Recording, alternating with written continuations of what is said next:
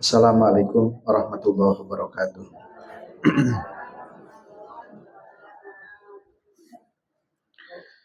Alhamdulillah, wassalli ala rasulillah Muhammad ibn Abdillah, la haula wa la quwata illa billah, ma ba'du. Qala Allah Ta'ala fil Qur'anil Karim, a'udzu billahi minasyaitonir rajim. Ya ayyuhalladzina amanu ittaqullaha haqqa tuqatih wa la tamutunna illa wa antum muslimun.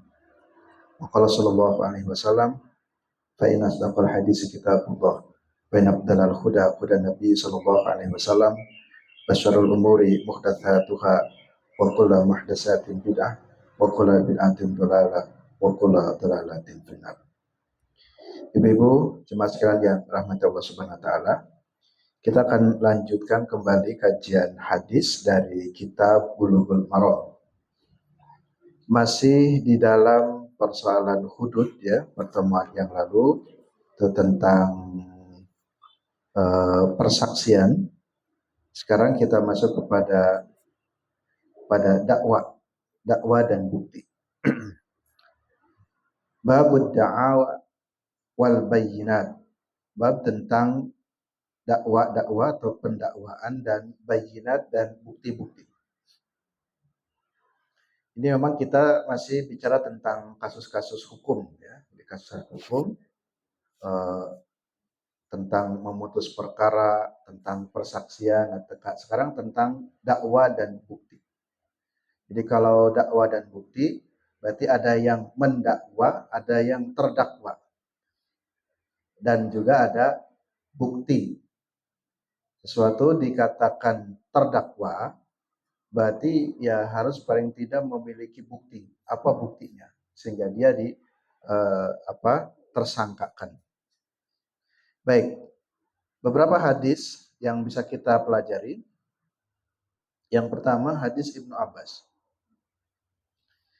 An Ibni Abbasin radhiyallahu anhu, dari Ibnu Abbas, semoga Allah meridai kepadanya, anna Nabiyya sallallahu alaihi wasallam qala, sesungguhnya Nabi sallallahu alaihi wasallam bersabda, lau yu'tan nasu bidakwahum ladda'a nasu dima'a rijalin wa amwalahum walakin al-yaminu 'alal muda'a alaihi.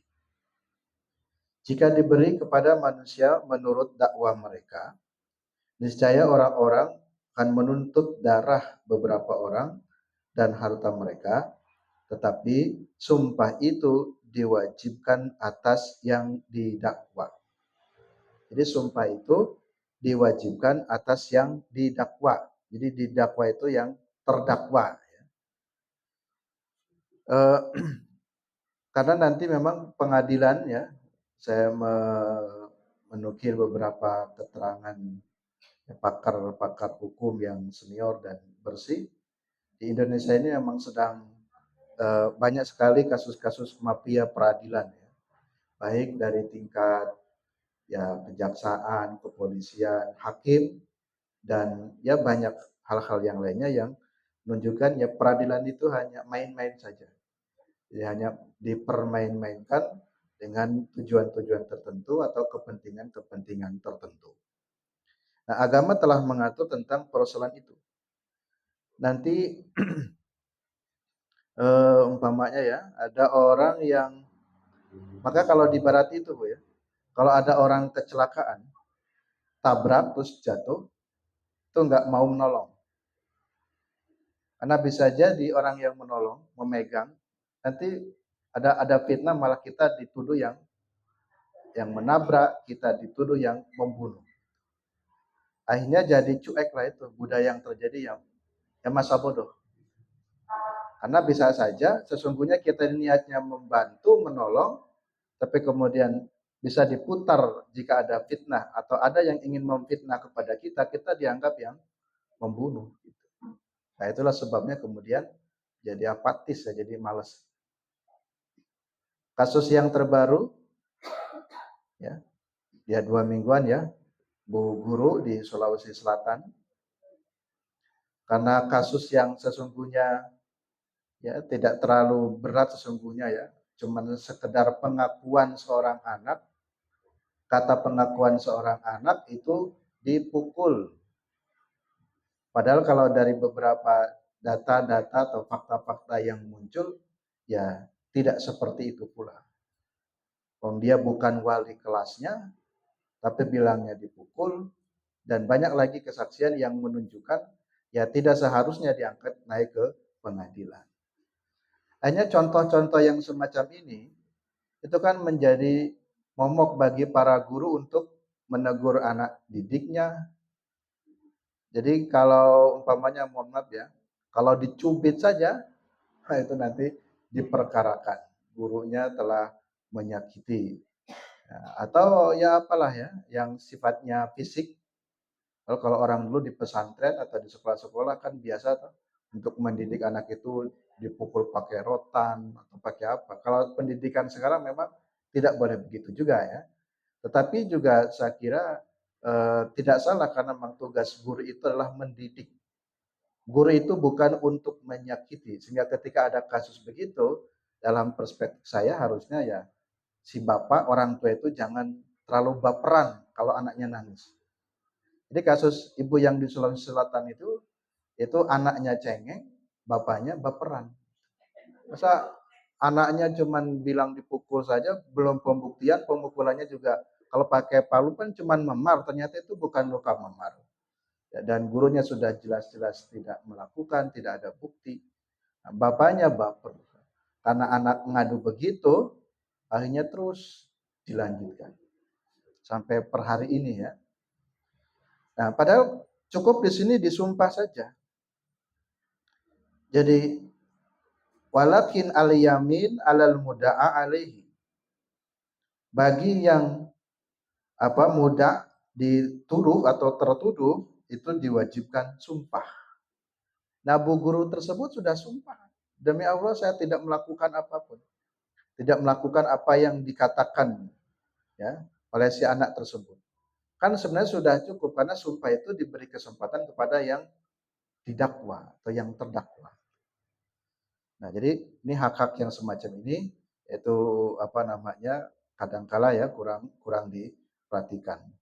Bahkan di dalam Bulughul Maram juga bab-bab yang sebelumnya, kalau ada seorang yang baik-baik saja, yang nampak baik-baik saja, ketika dia melakukan khilaf, itu sungguhnya dimaafkan. Jadi guru itu kan prinsipnya baik, tidak ingin menyakiti. Kalaupun ada memang oknumnya, tapi kan itu sedikit sekali kasusnya.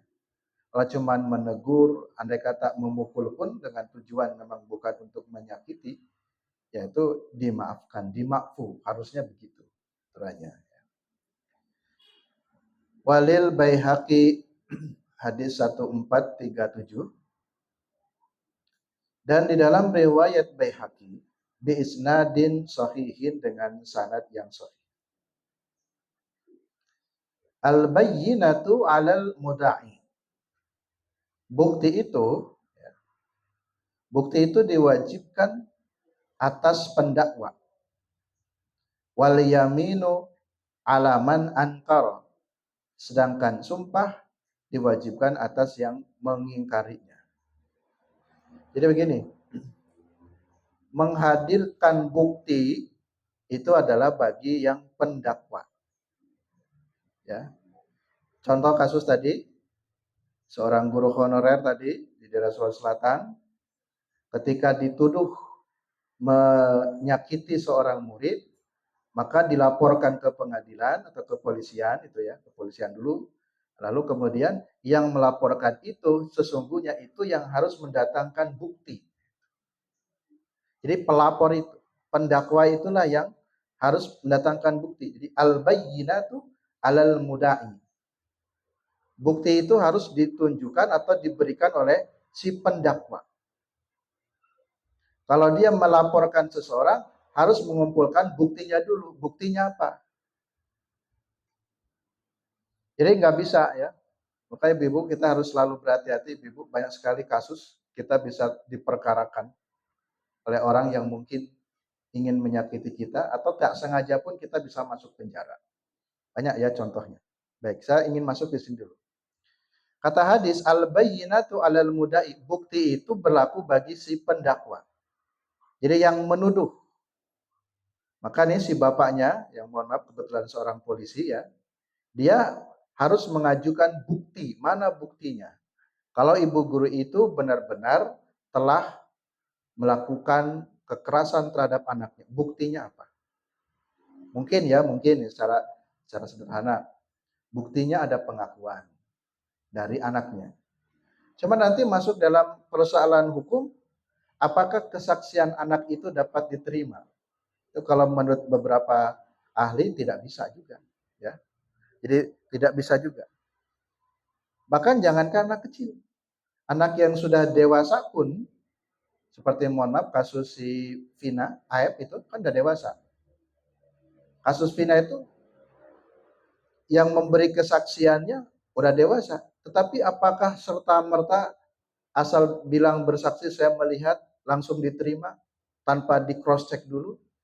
Inilah yang terjadi akhirnya kepada kasus Vina itu.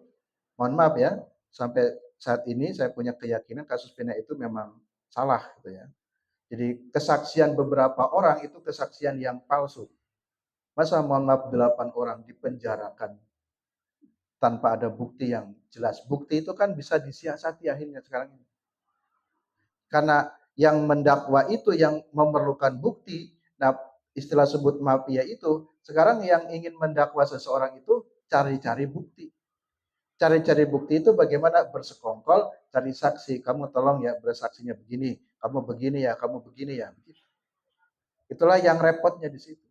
Kalau hadisnya sudah benar bahwa bukti itu diberlakukan kepada yang mendakwa. Contoh yang sederhana Bu ya, Ibu jadi guru di sekolah, di madrasah atau apa. Umpamanya di tempat kita ada kasus pencurian. Kita ini, feeling kita meyakini jangan-jangan anak ini yang mencuri. Walaupun feeling kita yakin, itu jangan langsung dilaporkan, harus ada bukti dulu. Mana buktinya? Kenapa ibu meyakini kalau dia itu yang mencuri HP di kelas ini? Jadi kalau kita yang akan melaporkan atau pendakwa, kita wajib menghadirkan bukti. Ya, jadi jangan cuman sekedar, tapi saya yakin dia itu memang kelakuannya begini begitu. Betul, bisa jadi dia itu nakal, tapi ketika kasus bab pencurian, apakah betul dia yang mencuri? Belum tentu. Maka kita harus menghadirkan bukti. Itu kata hadis memang begitu. Ini benar ini. Panduannya benar. Walaupun tadi dalam prakteknya ada yang ngakal-ngakali, buktinya dicari-cari. Seorang dituduh, dipersangkakan umpamanya lesbi, homo, karena dia sering dekat terus kemana-mana berduaan. Hanya langsung didakwalah dia lesbi. Itu belum tentu. Harus ada buktinya. Mana buktinya? Buktinya sering bareng kalau ngobrol biasa itu belum jadi alasan yang kuat bukti itu. Nggak bisa. Jadi seluruhnya itu harus memiliki bukti. Mana bukti? Nah, disinilah agama mengatur. Jadi jangan asal memperkarakan seseorang, tapi kita sendiri yang memperkarakannya tidak tahu bukti. Maka harus dikumpulkan dulu bukti-buktinya. Walayamino ala man ankaro. Sedangkan sumpah itu berlaku bagi yang mengingkari. Ya, sumpah itu berlaku bagi yang mengingkari. Bukti berlaku bagi si pendakwa, sedangkan sumpah bagi yang mengingkari. Kalau yang didakwanya itu menolak, seperti ibu guru ini menolak, saya tidak melakukan itu.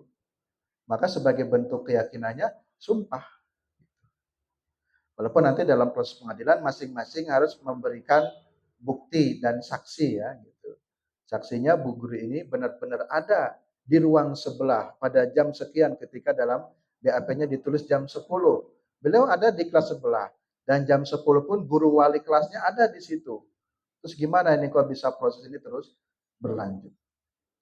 Karena mohon maaf ya, tadi samping anaknya cengeng, bapaknya baper, terus masuklah gengsi. Ujungnya juga uang. Masuklah gengsi, wah gengsi saya. Seorang polisi masa dikalahkan cuman guru Nah, akhirnya terus diperkarakan. Dan ujungnya juga tadi uang itu mesti masuklah. Sekarang suruh damai, tapi yang dimaksud damai itu adalah suruh minta maaf. Kalau minta maaf maka kami tidak melanjutkan ke pengadilan. Tapi ya kalau nggak melakukan kok suruh minta maaf. Nggak salah kok suruh minta maaf gitu. Ya maka nggak terima ya. Kawan-kawan guru nggak terima. Wong memang betul-betul nggak melakukan kok suruh minta maaf. Kalau mau minta maaf itu nanti tidak kami perkarakan lagi ya, tapi juga tolong siapkan uang sekian. Nah, jadi ya itulah memang yang terjadi. Itu bukan satu-satunya, tapi satu dari sekian banyak kasus yang terjadi di negeri ini. Satu lagi, Ibu, kasus yang baru di minggu ini, seorang dokter, dokter hukum, itu Dokter Ike ya, beliau ahli hukum.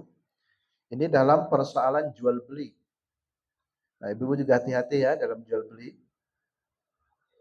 Dokter ini melakukan jual beli transaksi apartemen, membayar sekian rupiah, saya lupa rupiahnya, juta atau M, uangnya sudah lunas, sudah selesai semuanya clear, tak ada persoalan apapun, tapi kemudian di akhir transaksi ini ya si apartemen tidak diberikan ke dokter itu, uangnya pun tidak dikembalikan, justru malah dapat tuduhan yang lainnya, akhirnya dipenjarakan.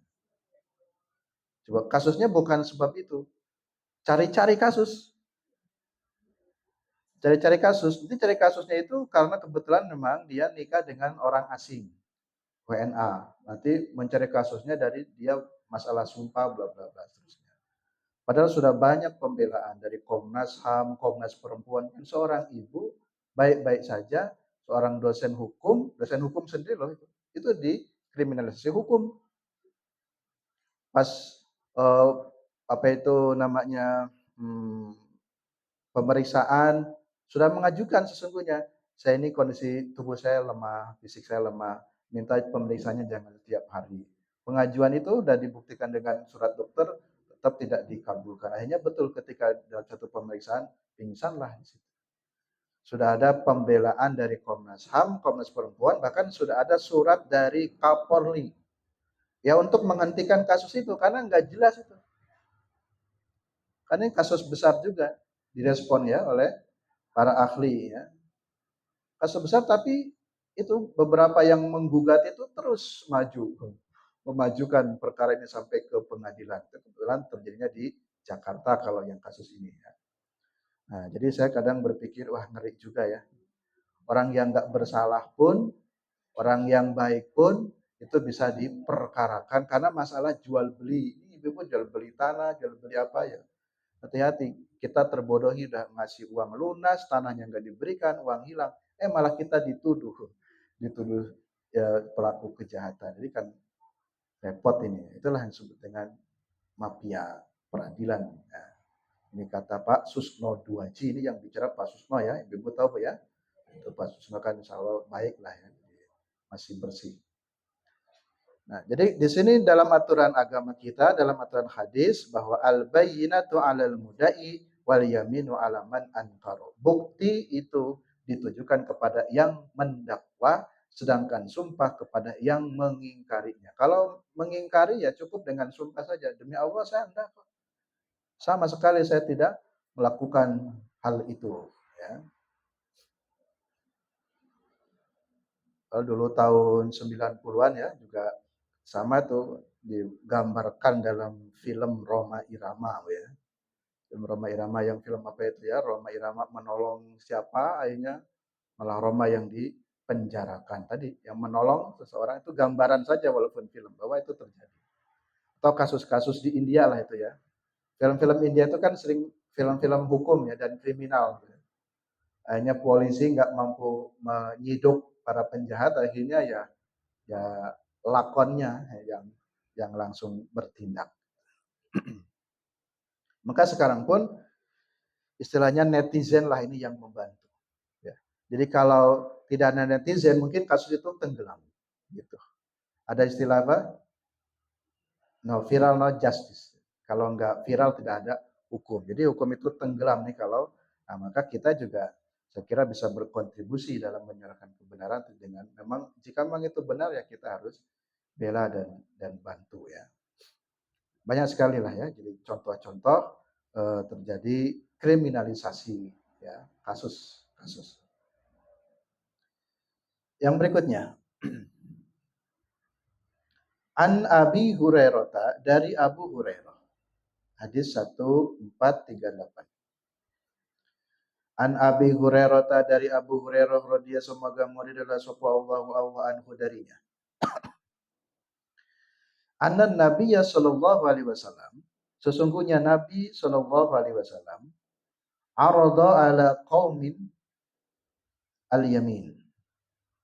Jadi Rasulullah itu arada ala qaumin menganjurkan kepada satu kaum al-yamin untuk bersumpah. Fa'asra'u lalu mereka bersegera bersumpah. Fa'amara ayyusrahum bainahum fil yamin ayyuhum yahlif. Lalu Rasul memerintahkan supaya diadakan undian untuk mereka tentang bersumpah. Siapa dari mereka bersumpah. Keterangan menurut riwayat bahwa ada dua orang rebutan pada satu barang. Masing-masing mengaku kepunyaannya. Ketika Rasulullah anjurkan bersumpah, maka dua-duanya pihak pun sama-sama mau bersumpah. Akhirnya lalu Rasulullah memerintahkan supaya diundi. Dan siapa yang keluar undiannya buat bersumpah, ialah yang bersumpah dan barang itu jadi haknya. Ada satu kasus tentang rebutan barang. Nah, kita kalau terjadi rebutan barang, biasanya kalau di masyarakat rebutan barang itu bab apa itu? Tanah mungkin Bu ya. Tanah ya, klaim tanah. Ini tanah milik saya ini, batasnya ini dan seterusnya. Rebutan tanah umpamanya, biar mudah. Ketika disumpah, masing-masing mau bersumpah, demi Allah itu tanah saya umpamanya, kata si A. Si B juga bilang, demi Allah itu tanah saya. Nah, kan jadi bingung juga, karena semuanya bersumpah. Sama seperti hadis yang di atas. Sumpah itu kan diberlakukan bagi si terdakwa. Nah, si terdakwa itu untuk membela diri. Jika dia tidak melakukan, maka bersumpah. Cuman yang menjadi persoalan prakteknya hari ini, orang yang salah pun mau bersumpah juga. Demi Allah saya nggak membunuh, padahal dia pembunuhnya. Jadi repot. Jadi kalau sekarang, mohon maaf ya, memang pembuktian itu tidak cukup dengan sumpah lisan. Semuanya akan mengatakan sumpah. Demi Allah saya nggak membunuh. Padahal dia pembunuhnya. Seperti kasus di Jawa Timur, ya, yang seorang pembunuh, kemudian sampai pengadilan dibebaskan itu. Sampai kemudian dibebaskan, padahal dia pelakunya, pembunuhnya. Tapi tadi karena ada permainan, ya hakimnya, ya jaksanya, ya penuntutnya, hanya sampai bebas lah. Di kemudian hari sekarang baru di-up lagi kasusnya. Dan hakimnya disenyalir kena suap. Jadi ya susah. Padahal benar diyakini bahwa dia pembunuhnya, tapi semuanya bersumpah atas nama Allah. Nah, jadi yang repot memang begitu, tidak cukup sumpah itu. Memang kalau klasik cukup dibatasi sumpah saja, ya. Seperti saya mungkin pernah bercerita ketika menangani kasus kehilangan pamannya, santri ada kehilangan, hilang laptop atau hilang HP atau hilang uang. Saya paling cuman mengumpulkan santri, memberi nasihat, disuruh mengaku dengan sejujurnya, cuman itu yang bisa dilakukan. Setelah itu, jika untuk memantapkan, minta disumpah, cuman itu yang ya sudah bersumpah.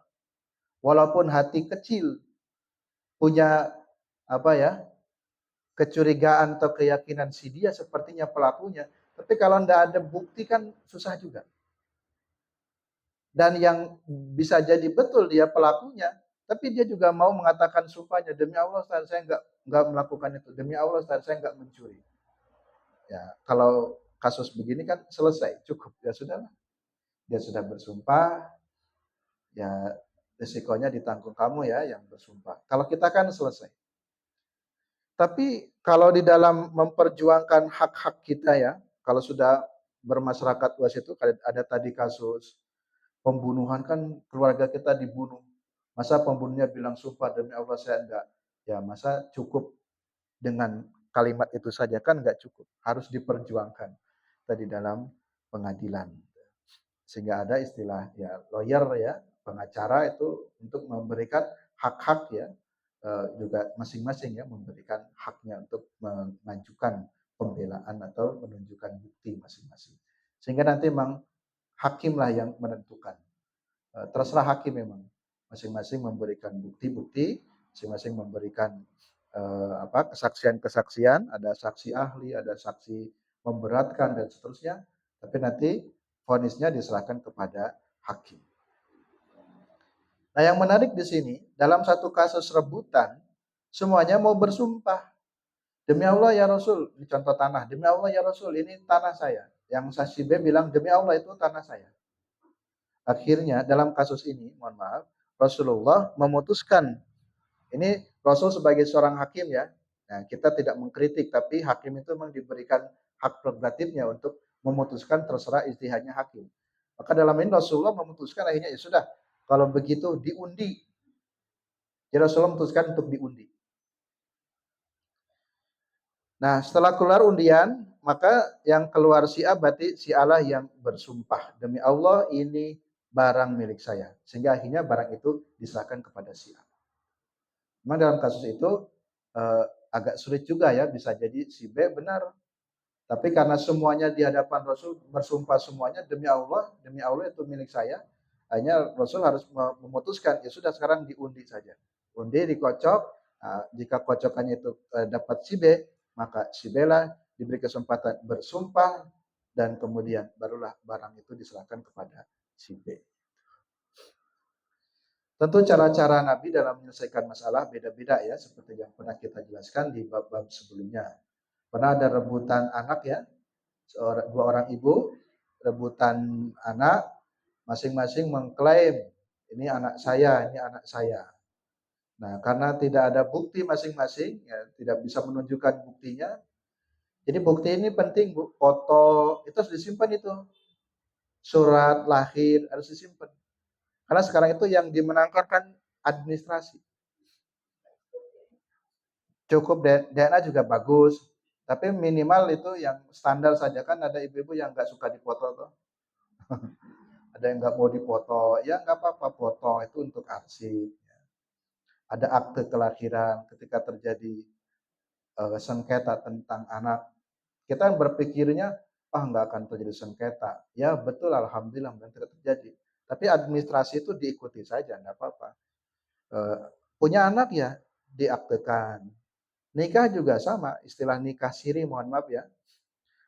Jangan cuma berpatokan kepada sisi agama, kan yang penting sudah sah. Rukun nikah terpenuhi, ada suami, ada istri, selesai. Ya secara hukum fikih bisa jadi selesai. Tetapi dari sisi yang lain, dan mohon maaf hukum fikih di Indonesia kan sudah terakomodir di dalam hukum aturan negara, itu KHI, itu kompilasi hukum Islam. Yang membuat KHI juga itu orang-orang Islam juga, ulama-ulama Islam ya. Perwakilan dari Muhammadiyah, NU dan ulama-ulama lainnya. Jadi menurut saya panduannya sudah nggak apa-apa ke KHI saja. Ya. Jadi tidak perlu mempertentangkan hukum negara dan hukum fikih. Dengan alasan kan nggak ada masalah. Ya betul, jika tidak ada masalah, alhamdulillah. Tapi kan sebagai sebuah keyakinan ya, karena orang yang nikah siri, jika terjadi apa-apa itu kan tidak tercatat sebagai pewaris itu nanti. Hak warisnya tidak ada, nggak bisa kalau ada konflik ya. Jadi jangan selalu berpikir tidak ada konflik ya alhamdulillah. Tapi kan administrasi penting, nggak apa-apa, catat saja. Ya, nikah itu dengan sah, nggak harus siri ya. Nah, beberapa waktu lama, cukup lama ya, ini ada orang sini, orang atas, orang Winong itu datang ke saya, itu minta dinikahkan gitu. Itu mau nikah siri. Datang katanya, "Lalu Pak Yai kan mau menikahkan." Ya alasannya bla bla bla dikemukakan supaya tidak ada maksiat bla bla bla dan seterusnya. Tapi saya sudah punya keyakinan dan saya memang tidak mau menikahkan siri, saya tidak mau kalau menikahkan. Nah, jadi kan biasanya di pondok mau Ustaz, ya tapi pondoknya kan beda mungkin. Silakan cari cari pondok yang lain, cari kiai lain jika memang mau. Tapi kalau saya tidak mau. Karena nanti itu hanya melegitimasi saja. Itu bahaya itu yang menikahkan begitu. Dengan alasan bla bla kita juga belum tahu yang sebenarnya siapa dia, lalu kita nikahkan, ternyata kemudian benar-benar terjadi maksiat, suatu saat ada gugatan, ada istrinya datang komplain, wah repot lagi, bahaya lagi. Panjang nanti. Nah, maka sesuai saja ya, sesuai dengan administrasi. Tetapi ibu-ibu ada kabar gembira, yang bab poligami bagi yang mau, itu istri kedua itu bisa dicatat di kakak. Jadi tercatat saja, sudah diperbolehkan ya. Saya dapat informasi kapan itu. Jadi sekarang yang poligami, kalau dulu kan yang poligami kan istri kedua ketiganya kan tidak tercatat. Nah kalau sekarang itu tercatat, jadi bisa dicatatkan di kakak ya, kartu kependudukannya. Tapi memang dicatat saja Bu ya. Ya untuk iya, gimana Bu? Oh dapat. Ya. Tapi nanti diparuh Bu ya. Kalau istri kan umpamanya dapat 1/8. 1/8 itu kalau istrinya satu kan 1/8. Tapi kalau istrinya dua ya 1/8 bagi dua. Istrinya 4 ya 1/8 bagi 4. Jadi bagi-bagi. Jadi nggak bisa satu istri 1/8, 1/8, 1/8 nggak bisa. 1/8 untuk istrinya berapapun. Nah, Ibu kalau dapat waris 1/8 mau sendiri apa mau dibagi? Sendiri saja Bu ya. Nah, nggak usah dibagi-bagi lagi. Baik, yang berikutnya. Hadis 1439. An Abi Umamah Al-Harisi anna Rasulullah sallallahu alaihi wasallam qala. Dari Abu Umamah Al-Harisi radhiyallahu an, sesungguhnya Rasulullah sallallahu alaihi wasallam bersabda, "Manik tata'a haqqam ri'in muslimin biyaminihi faqad aujaballahu lahu nara wa harama alaihil jannah." Jadi barang siapa yang mengambil hak seseorang muslim dengan bersumpah, maka Allah wajibkan atasnya neraka. Faqad aujaballahu lahu nar. Maksudnya Allah akan masukkan dia ke neraka, wa harrama alaihil jannah, dan Allah akan haramkan baginya surga. Jadi begini Bu ya. Orang itu ngerebut tanah nih ya, yang mungkin sering terjadi di masyarakat ya, rebutan tanah, batas tanah atau mengklaim tanah. Kalau ada orang yang bersumpah dengan mengambil hak orang lain tapi pakai sumpah, umpamanya di sana itu bukan tanah milik si A, tapi si A ini malah bersumpah, demi Allah ini tanah saya, padahal bukan milik dia. Wah kalau jelas-jelas begitu, dia bukan tanahnya milik si A, tapi dia mengaku-ngaku milik dia dengan nama Allah, maka kata Allah, faqad aujaballahu lahu nar. Dia akan masuk ke dalam neraka, wa harrama alaihil jannah, dan akan dimasukkan ke dalam haram, maksudnya haram masuk ke dalam surga. Jadi dia tidak bisa masuk ke surga dan dia akan masuknya ke dalam neraka. Dia sumpah ini jangan dipermain-mainkan. Jangankan sumpah ya, dalam keseharian saja nih, nama ibu sering dibawa-bawa. Misalkan, kata ibu fulana juga boleh kok. Padahal si ibu fulanahnya mungkin nggak tahu. Kata ibu fulana umpamanya bla bla bla gitu. Jadi untuk memperkuat apa keyakinannya atau keputusannya, tapi kemudian bawa nama ibu fulana. Nama ibu kalau dibawa-bawa suka enggak? Nah, kira-kira kan enggak suka. Apalagi ini nama Allah, kira-kira begitu lah. Kok ini bukan milikmu, bawa namaku, demi Allah ini tanah saya. Nah, betapa marahnya Allah gitu. Jadi nama kita dibawa-bawa saja kan kita tidak mau. Kita tidak terima ya, tanpa seizin ya membawa nama kita itu. Ya. Jangan istilahnya berapologi membela kepentingan pribadinya, tapi kemudian dengan menukil ya perkataan seseorang yang seseorang itu bisa jadi tidak seperti itu atau seseorang tidak sependapat atau tidak mau. Apalagi ini Allah, sehingga wajar sekali kalau Allah marah. Jadi manik tato'a haqqam ri'i muslimin, siapa orang yang merebut haknya seorang muslim, biyaminihi dengan sumpah demi Allah. Nah, itu anak saya, padahal bukan anaknya dia. Demi Allah, itu tanah milik saya, padahal bukan tanahnya dia. Bahwa nama Allah dalam sumpah, maka faqad aujaballahu lahu naro, Allah wajibkan orang itu masuk neraka. Wa harrama alaihil jannah, dan haram untuk masuk ke surga. Faqala lahu rajulun, lalu ada seseorang yang bertanya kepada Nabi, wa in kana say'an yasiran ya Rasulullah, qala wa in kana qadiban min araq, rawahu Muslim. Ada seorang bertanya pada Nabi, ya Rasul, walaupun cuma sedikit, bagaimana kalau cuma sedikit, tapi demi Allah ini punya saya, ya, walaupun punya sedikit. Ya kata Nabi, sama saja. Walaupun sedikit, kalau bukan hakmu, diaku-aku lalu dengan bersumpah demi Allah, wa in kana qadiban min araq, sekalipun cuman sebatang pohon araq. Cuman sebatang ranting saja, ngaku-ngaku ini ranting pohon saya, padahal bukan miliknya. Ini juga sama, pakai nama demi Allah, Allah enggak mau. Jadi hati-hati ya. Di kampung masyarakat ada hajatan, rewangan. Biasanya kalau di kampung saya suka saja terdengar ada ceritanya, kalau ada hajatan mesti ada sendok hilang, ada piring hilang, gelas hilang. Yang katanya mesti pada bicara kayak ibu kayak sok aktif katanya.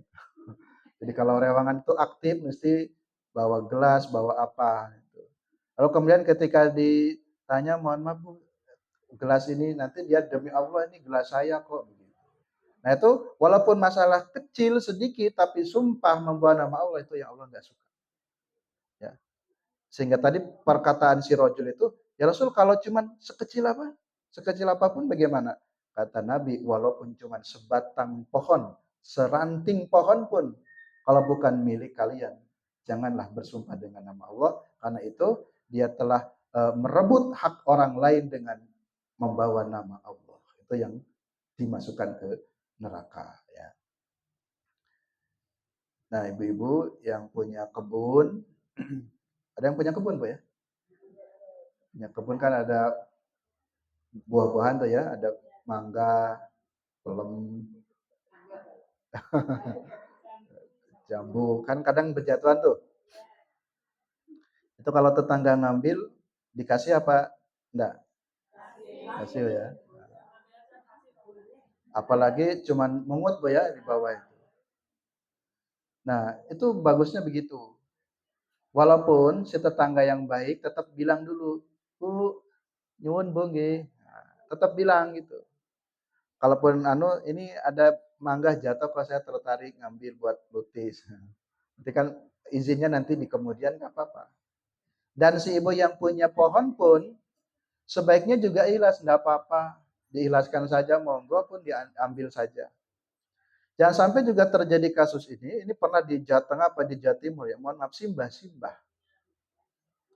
Cuman sekedar masuk ke kebun, ngambili apa itu ranting untuk bahan bakar ya, diperkarakan oleh perusahaan itu, karena itu kebunnya milik perusahaan.